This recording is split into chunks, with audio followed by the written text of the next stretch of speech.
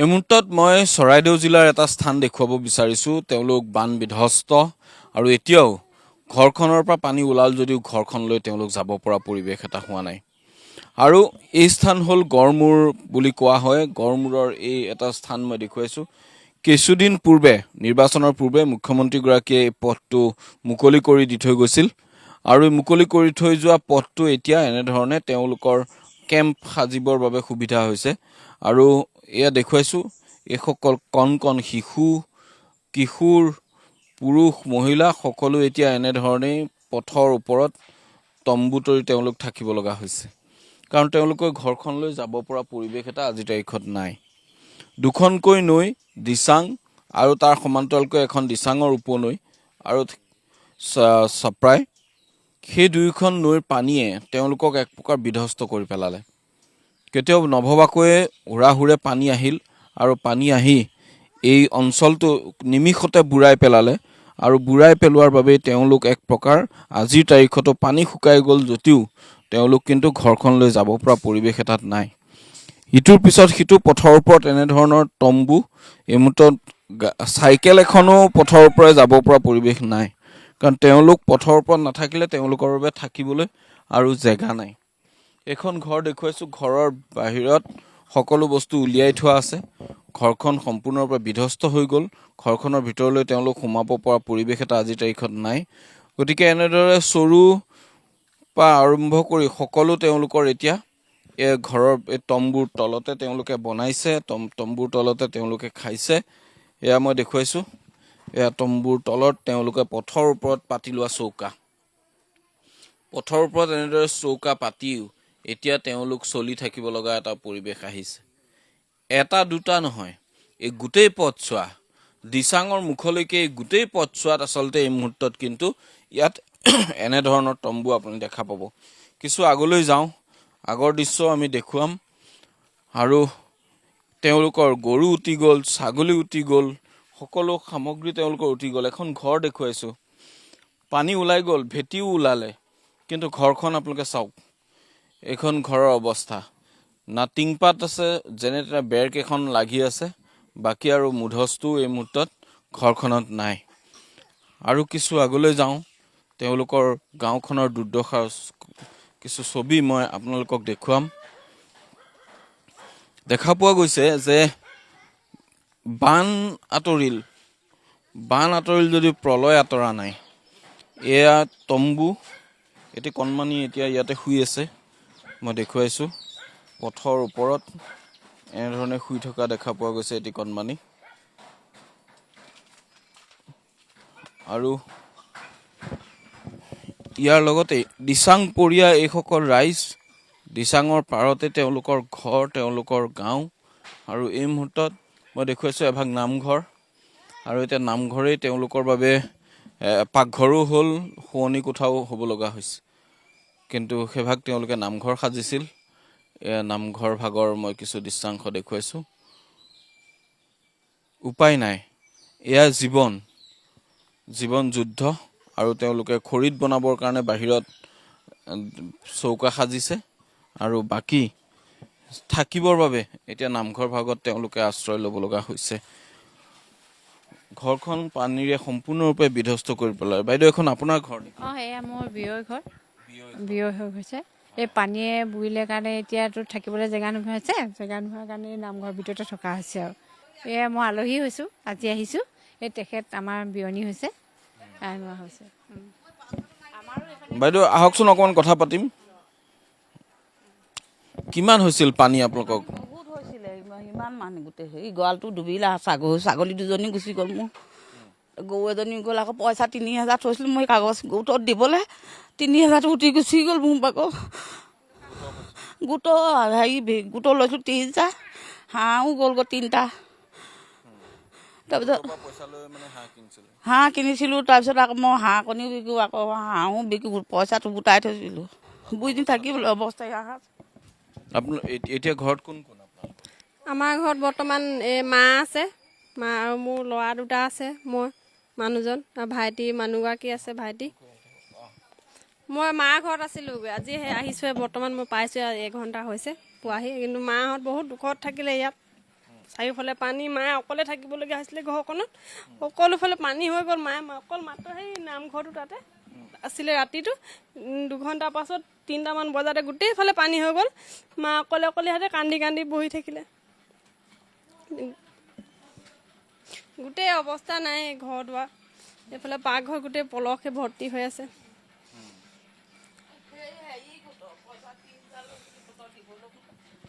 কাগজখন দেখাম, গোটত পইচা 3000 থৈছিলোঁ, তাতে গোটেই গিৰি গ'লগৈ মোৰ। গোটত দিব লাগে, বিহৰ গোটত। এইবাৰ ল'লে মই বুজি নিদিয়াকৈ চলি থাকোঁ অকলে। ল'ৰাবোৰে কোন চাব, আজিকালি ল'ৰাবোৰ 2টা বজাৰ পৰা মই সেই আলিতে থাকিলোঁ, আলি বাগৌ সেই মজুৰ ল'ৰা এটা মাতিলোঁ, মাতিহে সেইভাগে গৈ মানুহৰ ঘৰত ওপৰ মলত থাকিলোঁগৈ অকলে। কি নাম আপোনাৰ? পূৰ্ণিমা দাস। পূৰ্ণিমা দাসে কৈছে যে তেওঁ গোটৰ পৰা কেইটামান পইচা লৈছিল আৰু সেই লৈ তেওঁ হাঁহ ছাগলী পোহে, হাঁহ ছাগলী এইখিনি পোহে, গৰু পোহে। গৰুকেইটাও নদীয়ে লৈ গ'ল সোঁতত, হাঁহকেইটাও আজিৰ তাৰিখত নাই, সকলো বিধ্বস্ত। সেই গোটৰ যি পইচা দিব লাগে বুলি টকা 3000 গোটাই থৈছিল, সেই টকা 3000ও সোঁতে লৈয়ে গ'ল। গতিকে এই মুহূৰ্তত প্ৰতিখন ঘৰত এনেধৰণৰ বহু অবৰ্ণনীয় পৰিস্থিতি। আন এখন ঘৰ দেখুৱাইছোঁ, সেই ঘৰখনলৈ যাব পৰা পৰিৱেশ এই মুহূৰ্তত নাই। সকলো ৰাইজ আহি ইতিমধ্যে এনেদৰে পথৰ ওপৰত আছে আৰু সেইখন ঘৰৰ অৱস্থা চাওক। দিচাঙৰ পানীয়ে এক প্ৰকাৰ ঘৰৰ অৱস্থা ঘৰ কৰি ৰখা নাই।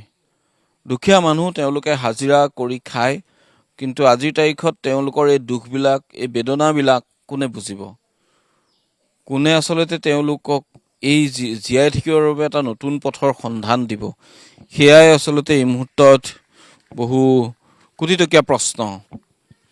যিমানে আগলৈ যাওঁ সিমানে খালি আমি সেই দুৰ্দশাৰ ছবিয়েই আপোনালোকক দেখুৱাব লাগিব।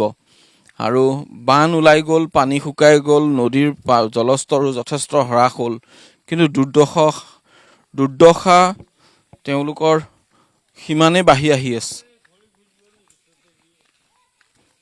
পানী যিমানে কমি গৈছে সিমানে হাঁহ হুমুনিয়াহবিলাক গাঁওবিলাকত বাঢ়ি আহিছে। প্ৰতিঘৰ লোকৰে এনেধৰণৰ হাঁহ হুমুনিয়াহৰ ছবি এই মুহূৰ্তত আমি দেখুৱাইছোঁ। চাওক, সকলোৱে এতিয়া মাত্ৰ নিজৰ ঘৰুৱা সামগ্ৰী ৰ'দত দিবলগীয়া হৈছে, ঘৰুৱা সামগ্ৰী ৰ'দত দি তেওঁলোকে সামৰিব লগা হৈছে। আন এখন ঘৰ, সেইখন ঘৰতো কোনো সোমাব পৰা অৱস্থা নাই।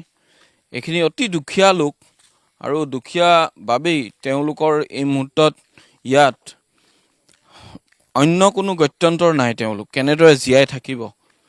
সেই জীৱনৰ যিখন যুদ্ধ, সেই যুদ্ধখনত এক প্ৰকাৰ তেওঁলোক আজি বিধ্বস্ত। সেইটো মূল পথ মই এটা ফ্ৰেমত দেখুৱাবলৈ অনুৰোধ জনাম। পথটো কেনেধৰণে এতিয়া এক প্ৰকাৰ কোনো গাড়ী বা মটৰ চাইকেল এখন চলিব পৰা অৱস্থাতো নাই। তেওঁলোকে সম্পূৰ্ণৰূপে তাত টেণ্ট সাজি বা এনে অস্থায়ী যি আচলতে ত্ৰিপাল তৰি তেওঁলোক ইয়াত থাকিব লগা হৈছে। ইয়াৰ পৰিৱেশ পৰিস্থিতি। কণ শিশুসকলক দেখিলে দুখ লাগে।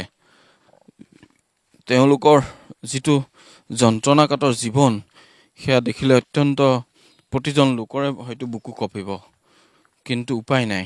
এই পৰিৱেশ, এই পৰিস্থিতিত তেওঁলোক আজি এনেধৰণে জীয়াই থাকিব লগা হৈছে। আমি গাঁওখনৰ আন এটা প্ৰান্তলৈ যাম, আন এটা প্ৰান্ততো আমি বিভিন্নজনৰ লগত কথা পাতিম, কিন্তু এই গাঁওখনৰ কিছু দৃশ্যাংশ, এই অঞ্চলৰ কিছু দৃশ্যাংশ এই মুহূৰ্তত আপোনালোকক দেখুৱালোঁ। আৰু ইয়াৰ পৰাই আপোনালোকেও অনুমান কৰিব পাৰিছে কিদৰে সামগ্ৰিকভাৱে বিধ্বংসী যি বান, সেই বিধ্বংসী বানে এক প্ৰকাৰ ধ্বংস কৰি পেলালে গাঁওখন। এক প্ৰকাৰ ধ্বংস কৰিলে। এতিয়াও 28টা পৰিয়াল নামঘৰত আছে। আমি সেই 28টা পৰিয়াল কেনেদৰে নামঘৰত আছে সেয়াও আপোনালোকক দেখুৱাবলৈ যাম। লৈ যাওঁ বলক। লাকুৱাৰ এই গাঁওখনৰ আন এটা দৃশ্য মই এই মুহূৰ্তত আপোনালোকক দেখুৱাব বিচাৰিছোঁ। এইটো এটা পথৰ ওপৰত এনেদৰে তেওঁলোকে এতিয়া অস্থায়ীভাৱে ঘৰ সাজি থাকিব লগা হৈছে। ঘৰখনৰ পিছফাললৈ যাওঁ, এভাগ নামঘৰত আছে এতিয়াও বহু পৰিয়াল। মই ইয়াৰ পৰাই দেখুৱাওঁ নামঘৰ ভাগ। আৰু এতিয়া আপোনালোকৰ নামঘৰত কিমান মানুহ আছে? নামঘৰত আমাৰ এতিয়া 10টা পৰিয়াল আছে এতিয়াও ৰাতি মানে ইয়াত থাকে বসবাস কৰে আৰু এতিয়া এনেকুৱা সমস্যা হৈছে ইয়াতকেতো বেছি আছিলে পৰিয়ালটো আপোনাৰ হাতীঘৰ আছে হাতীঘৰৰ ভিতৰত যেতিয়া পানীটো গোটেই গাঁওখন ডুবিলে সেই সময়ছোৱাত মানে গোটেইখিনি আমি ইয়াতে একেলগতে আছিলোঁ এতিয়া ধৰক পানী শুকাইছে কিছুমান ঘৰত যাব পৰা হৈছে তেতিয়া তেওঁলোকে ঘৰলৈ গৈছে আৰু কিছুমান আমিতো এতিয়া ঘৰত যাব পৰা নাই আমাৰ এআঁঠু ধৰি পলক হৈছে তাৰপিছত আপোনাৰ এতিয়াতো ঘৰত গৈ কি কৰিম ঘৰত এনেকুৱা মানুহ চানুহ লগাই চাফ চিকুণ কৰালোঁ এতিয়া গোটেই ভঁৰাল ডুবি গ'ল ভঁৰালত কমচে কম আপোনাৰ 25-30 কুইণ্টেল ধান আছে এতিয়া সেনেকুৱাই পৰি আছে কুকুৰা মোৰ আছিলে প্ৰায় 100-150 কুকুৰা আছিলে এতিয়া ঘৰত গৈ চাইছোঁ 3-4জনী কুকুৰা আছে গৰু 3টা মৰি গ'ল তাৰপিছত আপোনাৰ ছাগলী 5টামান মৰিলে আছে এইখিনি বাকী মানে কেইটামান আছে আৰু এইকেইটাই বাচিছে আৰু মানে এনেকুৱা এটা অৱস্থা হৈছে গতিকে চৰকাৰক এটা অনুৰোধ জনাইছোঁ অতি সোনকালে যাতে তেওঁলোকে কিবা যদি ব্যৱস্থা কৰি দিব পাৰে আমি অলপ ভাল পাম মানে সেইটোৱে চৰকাৰক ৰিলিফ আহিছে নেকি এইটো ৰিলিফ মানে এইটো কাপোৰ বিতৰণ কৰি আছে তেখেতলোকে কাপোৰ আহিছে ডিমুৰ পৰা কাপোৰ দি পঠিয়াইছে সেইখিনি বিতৰণ কৰি আছে ডিমৌৰ পৰা কাপোৰ দি পঠাইছে সেয়া তেওঁলোকে বিতৰণ কৰিছে আমি কিছু আগলৈ পৰিৱেশ পৰিস্থিতিটো আমাৰ দৰ্শকসকলক দেখুৱাবলৈ চেষ্টা কৰিম আৰু এইসমূহ ঘৰসমূহলৈ এতিয়া সোমাব পৰা পৰিৱেশ পৰিস্থিতি নাই ইয়াত নিশ্চয় কোনো লোকে বাস কৰি আছে মই সেয়া দেখুৱাইছোঁ এটা পৰিয়াল আছে বাইদেউ অকণমান আহিব নেকি কথা পাতোঁ ইয়াত চাওক পথৰ ওপৰতে তেওঁলোকে অস্থায়ীভাৱে ত্ৰিপাল দি তেওঁলোক জীয়াই থাকিব লগা হৈছে কেইদিন হ'ল ইয়াত এনেকৈ থকা দেওবাৰৰ পৰা বুধবাৰলৈকে হৈছে দেওবাৰৰ পৰা দেওবাৰ 8 দিন 9 দিন 10 দিন 11 দিন এনেকৈ আছে এনেকৈ আছে আপোনালোকৰ ৰিলিফ চিলিফ পাইছে নাই পাইছে ৰিলিফ পাইছে ঘৰত যাব পৰা পৰিৱেশ নাই নাই কিমান পলসে পুতিলে নেকি পলকে ফুটিলে ঘৰটো তেওঁলোকৰ ঘৰলৈ যাব পৰা পৰিৱেশ নাই আজি 11 দিন তেওঁলোক এনেদৰে আছে প্ৰতিটো ঘৰ মই পিছলৈকে দেখুৱাইছোঁ বোকা যাব যিহেতু নোৱাৰোঁ যথেষ্ট পৰিমাণৰ বোকা আমি ইয়াৰ পৰাই দেখুৱাইছোঁ ঘৰসমূহত সোমাব পৰা পৰিৱেশ নাই বাবে তেওঁলোকে এনেদৰে পথৰ ওপৰতে থকা দেখা পোৱা গৈছে আৰু সামগ্ৰিকভাৱে এই গোটেই অঞ্চলটোত এনেকুৱা এটা পৰিৱেশ এতিয়াও তেওঁলোকৰ ঘৰলৈ যাব পৰা পৰিৱেশ হোৱাই নাই তেওঁলোক এতিয়াও ঘৰৰ ভিতৰলৈ সোমাব পৰিৱেশ হোৱা নাই বাবে এনেদৰে ওখ স্থানত নামঘৰত থাকিব লগা হৈছে এয়া হ'ল এই আচলতে লাকুৱাৰ এটা অঞ্চল ৰাজগড় বুলি কয় আৰু গড়মূৰ বস্তি আৰু সেই গড়মূৰ বস্তিত আচলতে এই মুহূৰ্তত এনেকুৱা এটা পৰিৱেশ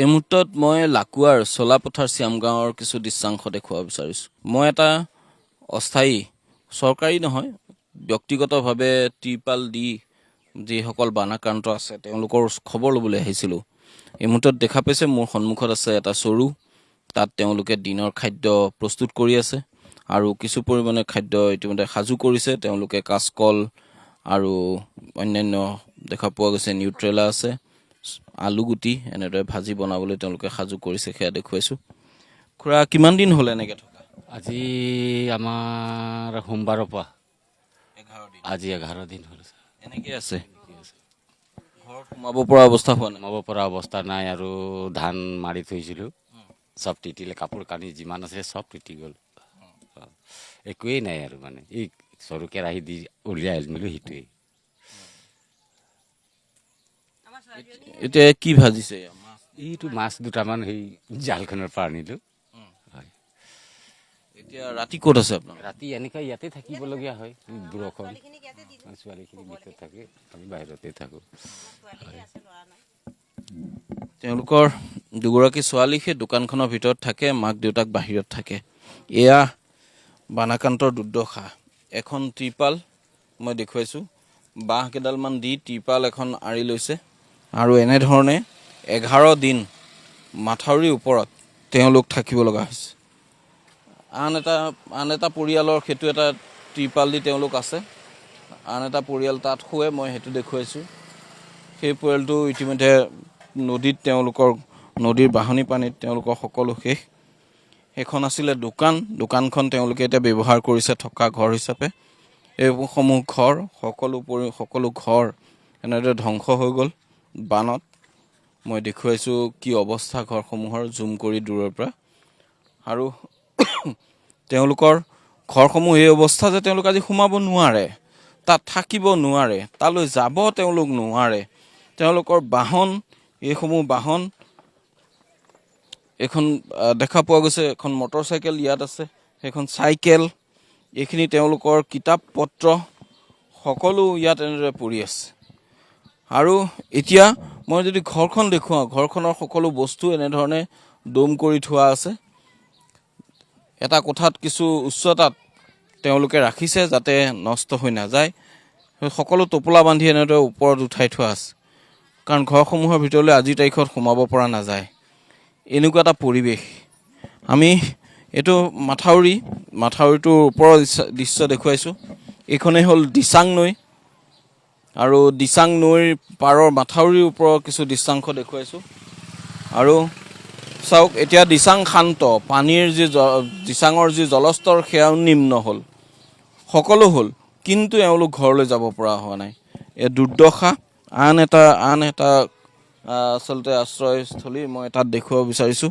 সেয়া তেওঁলোকৰ চৌকাৰ ওপৰত ঘৰুৱা আচবাব যি আছিল সকলো তেওঁলোকে এনেদৰে লৈ আহি বুটমাহ তিয়াই থোৱা আছে। নিশাৰ বাবে বাচন বৰ্তন সকলো ইয়াত এনেদৰে ৰখা হৈছে। আৰু এগৰাকী বাইদেউ বহি আছে, মই তেওঁৰ লগত অকণ কথা পাতিবলৈ চেষ্টা কৰিম। আপোনাৰ ঘৰ কোনখিনিত আছিলে? ঘৰ এইটোৱে। ঘৰৰ অৱস্থা কেনেকুৱা এতিয়া? এতিয়াতো চব শেষ হৈ গ'ল, বস্তুখিনি উলিয়াব নোৱাৰিলোঁ ভালকৈ। চব কি বস্তু উলিয়াব পাৰিলে? ইমানখিনিয়ে, আৰু এইখিনি ওলাইছিলোঁ, এতিয়া সোমাই থৈছোঁ বাৰু। এই ইয়াত দেখা পোৱাখিনি উলিয়াব পাৰিলে আৰু এতিয়া ৰন্ধা বঢ়া আপোনালোকৰ ইয়াতে চলি আছে? ইয়াতে চলি আছে। কেইজন মানুহ আছে আপোনালোকৰ ঘৰত? আমি 6জন। নিশা 6জনে ক'ত কটাই? ইয়াতে? ইয়াতে। কেঁচুৱা আছে নেকি? কেঁচুৱা নাই। এয়া আপোনাৰ মা নেকি? আলহী। তেখেতলোক সম্বন্ধীয় লোক, তেওঁলোক আহিছে, খবৰ ল'বলৈ আহিছে, দেখুৱাইছে। আৰু এনেকুৱা এটা পৰিৱেশ যে এনেধৰণে দুচলা টিংপাত ইয়াৰ ওপৰত দিছে, টিংপাত কেচলা দি তেওঁলোক পৰিয়ালটো, যিকেইজন পৰিয়ালৰ সদস্য, আটাইকেইজন পৰিয়ালৰ সদস্য এনেদৰে থাকিব লগা এটা পৰিৱেশ। কাৰণ তেওঁলোকৰ ঘৰখনলৈ আজি যাব নোৱাৰে, ঘৰত আজি তেওঁলোক সোমাব নোৱাৰে, ঘৰৰ ভিতৰত তেওঁলোকে একো কাম কৰিব পৰা অৱস্থাত নাই, ঘৰটো আজি তেওঁলোকৰ ব্যৱহাৰ কৰিব পৰা অৱস্থাত নাই। প্ৰতিটো পৰিয়ালৰ একে দুৰ্দশা। আহকচোন আগলৈ আপোনালোকক দেখুৱাম, আগৰ দৃশ্যও মই দেখুৱাবলৈ চেষ্টা কৰিম। এই বিভিন্নজন লোক আহিছে, তেওঁলোকক আচলতে এতিয়া সাহাৰ্য আগবঢ়াই আৰু সেই সাহাৰ্যৰে তেওঁলোকে পথৰ ওপৰতে চলিছে। আৰু দিচাঙৰ পানীয়ে এক প্ৰকাৰ তেওঁলোকক ধুই লৈ গ'ল গোটেই গাঁওখন। মই আন এখন ঘৰ দেখুৱাবলৈ চেষ্টা কৰিম। ঘৰখনৰ সকলো সামগ্ৰী তেওঁলোকে এতিয়া ৰ'দাইছে, শুকুৱালেহে যদি তেওঁলোকৰ সামগ্ৰীসমূহ ব্যৱহাৰ কৰিব পৰা যায়, অন্যথা কোনো উপায় নাই। আহক ঘৰখনৰ ভিতৰলৈ লৈ যাওঁ, কিছু দৃশ্যাংশ মই আপোনালোকক দেখুৱাম। পানী ওলাই গ'ল, কিন্তু এতিয়া যেন প্ৰতিটো সামগ্ৰীতে হাঁহ হুমুনিয়া আছে। এইখন ঘৰ চাওক, ইয়াত সকলো সামগ্ৰী এনেদৰে ৰ'দত দিব লগা হৈছে। ইয়াত ঘৰখনৰ ভিতৰত থকা যিমান সামগ্ৰী আছিল, এইসমূহ চোফা নষ্ট হৈ গ'ল, পানীত ডুব গ'ল।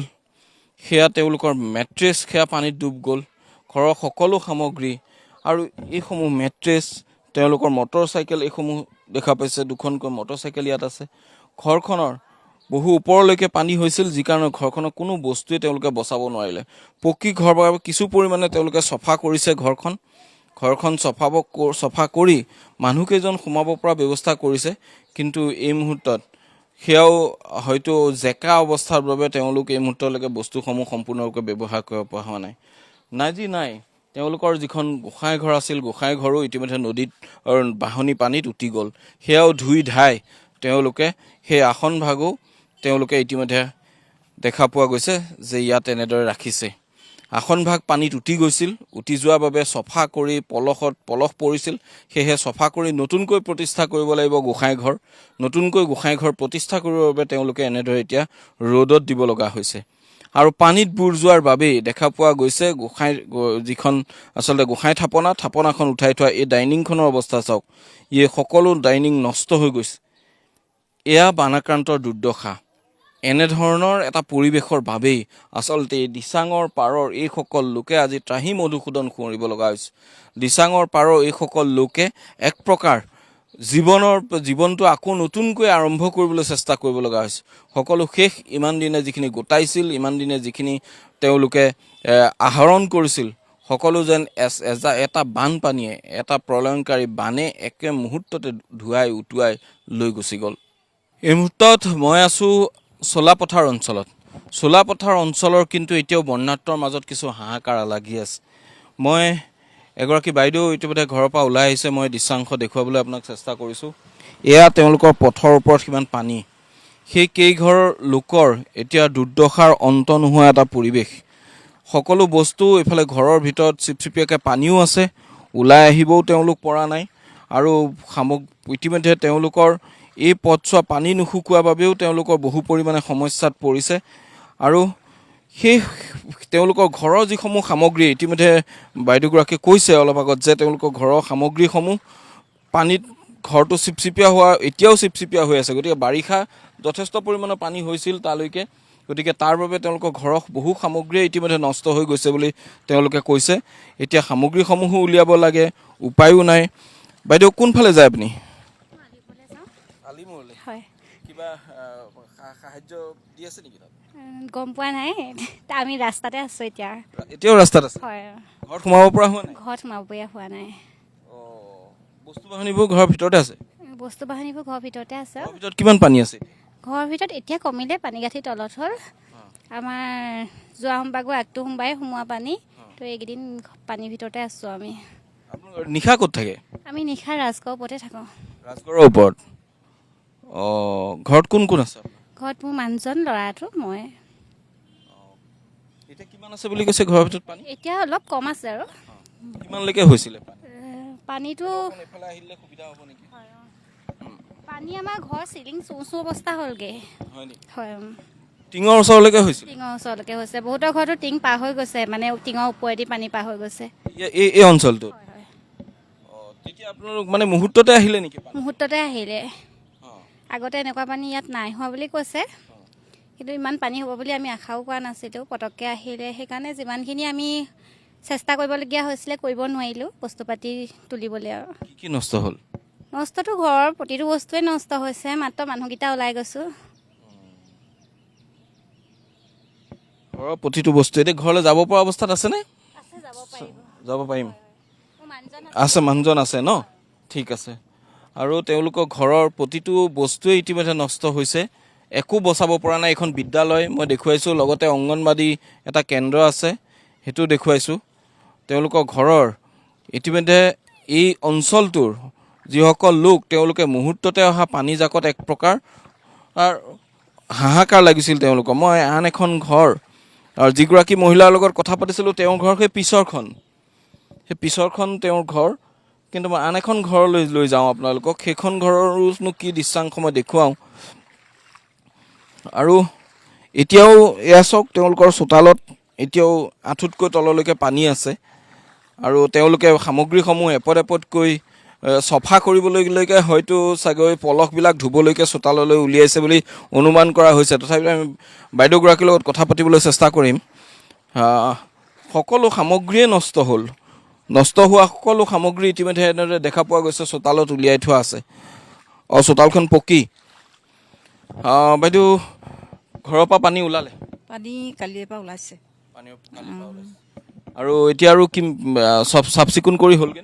হোৱাগৈ নাই এতিয়ালৈকে, কৰি আছোঁ বৰ্তমান। কিমান পানী হৈছিলে আপোনালোকৰ ঘৰত? পানী মানে একদম সেই লিংটাৰ ওচৰ পালেগৈ আৰু। লিণ্টাৰৰ ওচৰলৈকে পানী হৈছে? হয়। তাৰমানে ঘৰত আৰু আপোনালোকে একো বচাব নোৱাৰিলে? একো বচাবই নোৱাৰিলোঁ, বস্তু চব তিতিলে। তোচক মানে 400মান তোচক মোৰ চেচ। পানী চেপিলে পানী ওলোৱা হৈছে আৰু। ধুব সেই ল'ৰা ছোৱালী চব চাফা। সেইবিলাক কিতাপ এতিয়াও ইয়াত আছে, আৰু এইখিনি মানে সেই তাত ৰ'দত নাই দিয়া, চব পেলাই দিয়া হ'ল। একদম টুকুৰা টুকুৰকৈ ছিগিলে আৰু। এইবোৰ এতিয়া বাহিৰলৈ উলিয়াইছে যে ৰ'দত দিবৰ কাৰণে? ৰ'দত দিছোঁ। গধূলি হ'লে দাঙিব নোৱাৰোঁ যে, ত্ৰিপাল দি ঢাকি দিওঁ। বস্তুবোৰ মই দেখুৱাইছোঁ, এইসমূহ ত্ৰিপাল দি তেওঁলোকে ঢাকি দিয়ে। আৰু মই দৃশ্যাংশটো দেখুৱাইছোঁ আপোনালোকক। চাওক, এইসমূহ সামগ্ৰীসমূহ চাওক কেনেদৰে নষ্ট হ'ল সকলো সামগ্ৰী। আৰু এই মুহূৰ্তত বহুতৰে ঘৰৰ পৰা এই অঞ্চলটো দেখা পোৱা গৈছে পানী দেখোন ওলোৱাই নাই। পানী যদিও জলস্তৰ হ্ৰাস হৈছে দিখৌ বা দিচাঙৰ, কিন্তু সমস্যাবিলাক হ্ৰাস হোৱা নাই। ৰাইজৰ সমস্যাবিলাক সমস্যা হৈয়ে আছে। এতিয়া ভয় কৰি থাকিবলগীয়া হৈছে, কিজানি সোমাই যায়। আকৌ সোমাই যাব পাৰে। এয়া নামঘৰ আছিলে নেকি? এভাগ নামঘৰ ভাগো ইতিমধ্যে প্লাবিত হৈ সেয়াও তেওঁলোকৰ নষ্ট হ'ল, সেয়া মই দেখুৱাইছোঁ। আৰু কিছু পিছল মই অমিতক অনুৰোধ জনাম যে কিছু সাৱধানে আহিবৰ বাবে। দেখা পোৱা গৈছে আমি ইখন ঘৰৰ পৰা সিখন ঘৰলৈ আহি মই আপোনালোকক পৰিৱেশটো বুজাই দিবৰ চেষ্টা কৰিছোঁ। যিমানেই বাইদেউ ইয়াততো ড্ৰেইন চেইন নাই, আৰু প্ৰতিখন ঘৰৰে অৱস্থা ঠিক একেধৰণৰ। এইখন ঘৰলৈ মই আপোনালোকক লৈ আহিছোঁ। এইখন ঘৰৰ চোতালতো এই এআঁঠু পৰ্যন্ত পানী। এতিয়াও ঘৰৰ পৰা পানী ওলাল, কিন্তু সমস্যাবিলাক শেষ হোৱা নাই। সমস্যাবিলাক এতিয়াও সমস্যা হৈ আছে প্ৰতিখন ঘৰৰ। দাদা এইখন আপোনাৰ ঘৰ নেকি? আৰু এইখন ঘৰৰ মই দৃশ্যাংশ দেখুৱাইছোঁ আপোনালোকক। ইয়াত মোৰ পিছফালে আৰু এখন আছে, সেইখনৰো চাওক, সেই একে চোতাললৈকে পানী। এনেকুৱা এটা পৰিস্থিতি এতিয়া ইয়াত। জলস্তৰ হ্ৰাস পাইছে, কিন্তু সমস্যাবিলাক কেতিয়া শেষ হ'ব? এই লোকসকলে নতুনকৈ জীৱনটো আৰম্ভ কৰিবলৈ উৱাদিহ নোপোৱা এটা অৱস্থা এই মুহূৰ্তত। তেওঁলোকে কেনেদৰে আৰম্ভ কৰিব, ক'ৰ পৰা আৰম্ভ কৰিব, কেনেদৰে তেওঁলোকে চলিব, এইসমূহ সামগ্ৰী মই এই মুহূৰ্তত দেখুৱাইছোঁ। এইবোৰ সামগ্ৰী চাওক, তেওঁলোকৰ ঘৰুৱা সামগ্ৰী বাহিৰত এনেকৈ পেলাই দিছে। সেইখন চোফাখন চাওক, তেওঁলোকে চোফা আশাত বাদ দিলে, দলিয়াই দিলে এক প্ৰকাৰ। চোফা সেয়া এনেদৰে দলিয়াই দিছে বাহিৰত। এইসমূহ সামগ্ৰী বাহিৰত পেলাই দিয়া হ'ল, কাৰণ তেওঁলোকে আৰু দাদা আপোনালোকৰ ঘৰৰ ভিতৰত পানী কিমান? পানী আমাৰ ঘৰৰ ভিতৰত এডিঙি ওপৰ হৈছে। ঘৰটো ইয়াত এডিঙি আৰু তলৰ ঘৰ পাকঘৰ আছে, এতিয়া পানী ওলোৱাই নাই। তাতো মই ডুব যাম। হয়। ঘৰত কোন কোন আছে? ঘৰত মোৰ পত্নী আছে, সন্তান আৰু দেউতা আছিলে। মানুহখিনি ক'ত থাকে? ৰাজগড়ৰ ওপৰলৈ মই খৰধৰকৈ পাৰ কৰিছোঁ। ঘৰৰ বস্তুটো উলিয়াব নোৱাৰিলোৱেই। মোৰ সন্তানকো মই ইয়াত বুকুত মূৰত এজনী লৈ গৈছোঁ। ইমান সোনকালে পানী আহিছে। আচবাব সেনেকৈ আছে, এইবিলাক আপোনালোকে দেখিবই, গোটেই চব শেষ। হেৰিয়াৰ পানী আপোনালোকৰ এইটো কিহৰ পানী পায়? এইটো আমাৰ চফৰাই নদীৰ পানী সোমাইছে, তাৰপিছত দিচাঙৰ অলপ সোমালে, চব মিলাই সোমাই এইফালে চব শেষ কৰিলে। আমাৰ খুব বেছি আমি 45 মিনিটমান সময়ৰ ভিতৰত আমাৰ ইয়াত পানী সোমাই ঘৰৰ ভিতৰত একদম বুঢ়াই পেলালে। 45 মিনিটত ইমানখিনি পানী হৈছে। আমাৰ চফৰাই নদীতে পানী সোমাইছে। প্ৰথম ইফালৰ পৰা সোমাই আহি আমি যিমানটো 5:30 মান বজাত আমি যেতিয়া গম পাইছোঁ যে পানী বাঢ়িলে, ঠিক আমি বস্তু বাহিনী অলপ 5:30 বজাত যিমান ঘৰৰ সামগ্ৰী আমি যুগুতোৱা ক'ৰবাত তোলোঁ, ঠিক 8:30 মান বজাতে আমাৰ এডিঙি পানী হ'ল। আমি আৰু এই বস্তু আশা বাদ দি মানুহৰ প্ৰাণ বচাই আমি যাবলৈকে বাধ্য হ'লোঁ বাহিৰলৈ ওলাই। ৰাজগড়টো ভাগ্য ভাল, ৰাজগড়টোৰ ওচৰত আছে, নহ'লে হয়তো আমি উঠিও গ'লোহেঁতেন। এনেকুৱা দেখুৱাব বিচাৰিছোঁ এখন চোতাল তেওঁলোকৰ। এইটো পুখুৰী বুলি ভুল নকৰিব, এইটো তেওঁলোকৰ চোতাল, আৰু চোতালত এতিয়া হাঁহ চৰি আছে। আজি 10 দিনে এই লোকসকল এনেদৰে জীয়াই থাকিব লগা হৈছে। ঘৰখনৰ পৰা পানী অকণমান ওলাই গ'ল, সেই বুলিতো বাৰু অকণমানলৈ ৰক্ষা নহয়নে বাৰু? হয়, অকণমান ওলাই গৈছে বুলি আমি অকণমান ঠিক কৰি পেলাই লৈছোঁ। তাৰপিছত বাকী আৰু পাকঘৰ আছেই পানী এতিয়াও। এইটো কেতিয়া ওলাই, কিমান দিন লাগিব আৰু ঠিক নাই। এই পকীখিনি ওলাই যোৱাৰ বাবেও অন্তত ৰ'বলৈ এডোখৰ অকণমান আমি ৰ'বলৈ ঠাই পাইছোঁ, নহ'লে ৰাজগড়ৰ পৰা আহি আমি এডোখৰ আশ্ৰয় পাইছোঁ। এনেকুৱা হৈছে। বাকী আমি 8-10টা দিনটো ৰাজগড় কিনাৰতে কিবা প্ৰকাৰে আছোঁ। যিটো দুৰ্দশা হৈছে এইটো আপোনালোকে দেখিছেই, বাকী সমস্ত অসমৰ ৰাইজে দেখিছে আমি কি অৱস্থাত আছোঁ। ইয়াত ৰিলিফ পাইছে? ৰিলিফ বাৰু পাইছোঁ। বিভিন্ন বেচৰকাৰী সংস্থা আদি কৰি এনেকৈ কৰি বহুতখিনি দি আমাক এই বানৰ সময়ত সহায় কৰিছে। আমি তেখেতসকলেও আপোনালোকৰ চেনেলৰ যোগেদি ধন্যবাদো জ্ঞাপন কৰিছোঁ বাৰু। তেখেতসকলে আমাক বহুতখিনি সহায় কৰিলে। এনেকৈ চলি হৈছে। আপোনালোকে কলভূখন দিয়ে চলিলে? এইখিনি কলভূখনেদি অহা যোৱা কলভূখনেদি 2-4 গৰাকী এতিয়া আমাৰ আইতা আছিল বয়োজ্যেষ্ঠ, তেখেততো খোজকাঢ়িব নোৱাৰে ইমান পানীত। আমি সেই কলভূ বনাই তেখেতক ওপৰলৈ নিছোঁ। আমাৰ বহুতখিনি ভিতৰত জ্যেষ্ঠ ব্যক্তি আছে, তেখেতসকলক আপোনাৰ বয়োজ্যেষ্ঠ ব্যক্তি আমি কলভূ দি উলিয়াই আনিবলগীয়া হৈছে পৰিস্থিতি। যিটো আমাৰ মুখ্য ৰাস্তা, তাতে আমি এডিঙি ওপৰৰ পানী আছে। এনেকুৱা অৱস্থা হৈছিল ইয়াত। হয়, কেঁকুৰি নহয়, গোটেই ৰাস্তাটো আপোনাৰ সেইখিনিলৈকে গোটেই এডিঙি পানী। এইখিনিতে ক'ব লাগিব তেওঁলোকৰ গাঁৱৰ যিটো মুখ্য ৰাস্তাটোত এতিয়াও পানী আছে। মই কিছু আগলৈকে গাঁওখনৰ পৰিস্থিতি চাবলৈ যেতিয়া গৈছিলোঁ, তেওঁলোকৰ গাঁওখনৰ মূল পথটো এতিয়াও পানীৰ তলত আছে। এইসমূহ তেওঁলোকৰ ঘৰৰ যি বিভিন্ন ধৰণৰ সামগ্ৰী নষ্ট হ'ল, সকলো এনেদৰে পেলাই দিছে তেওঁলোকে। হয়তো কেতিয়াবা কিবা কাৰণত যদি ব্যৱহাৰ কৰিব পৰা যায়, দুই এপদ সামগ্ৰী সেয়া বেলেগ কথা, কিন্তু অধিকাংশ সামগ্ৰী এক প্ৰকাৰ নষ্ট হৈ গ'ল। তেওঁলোক নতুনকৈ ঘৰ সাজিছে, নতুনকৈ সজা ঘৰৰ এখন নতুন দুৱাৰখনৰ অৱস্থা চাওক। এখন নতুনকৈ লগোৱা দুৱাৰ, কিমান দিন হৈছিলে দুৱাৰখন লগোৱা? বেছি দিন হোৱা নাই, আমাৰ ঘৰটো আমি সোমোৱা ধৰক আজি 2 বছৰ হৈছে আৰু আৰম্ভ হৈছে, চলিয়ে আছে কাম। এনেকুৱা পৰিস্থিতি হ'ব বুলি আমি সপোনতো ভবা নাই। যি আচবাব লৈছিলোঁ নে আপোনালোকে লাগিলে তলা খুলি দেখাই দিব পাৰোঁ, চব আপোনালোকে চাব পাৰে, একে চব শেষ। আমি শূন্যৰ পৰা আকৌ আৰম্ভ কৰাৰ দৰে হৈছে, মানে একেবাৰে ধ্বংস কৰি থৈ গৈছে আমাক, এনেকুৱা হ'ল মানে। তেওঁলোকক একেবাৰে শেষ কৰি থৈ গ'ল। আৰু এই শেষ কৰি থৈ যোৱা এনেধৰণৰ বহু পৰিয়াল আছে। আমি ইতিমধ্যে বহু পৰিয়ালৰ দুৰ্দশা দেখুৱাইছোঁ আপোনালোকক, আৰু বহু পৰিয়ালক এই মুহূৰ্তলৈকে হয়তো আমি কেমেৰাৰ লেন্সেৰে ঢুকি নাই পোৱা, কাৰণ ইমানেই ভয়াৱহতা আছিল, ইমানেই বেছি প্ৰলয়ংকাৰী আছিল, যেনিয়ে গৈছে পানী তেনিয়ে ধুই লৈ গৈছে এফালৰ পৰা, সকলোকে শেষ কৰি লৈ গৈছে।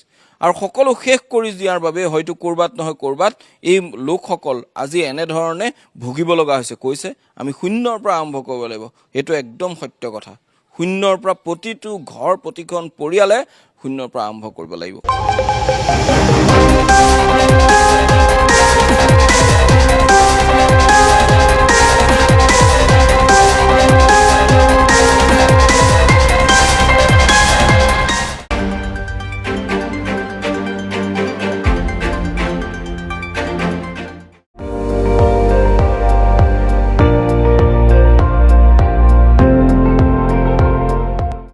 আপুনি চাই আছে ND24, সৰ্বশ্ৰেষ্ঠ নহয় সৰ্বোত্তমৰ দৌৰত।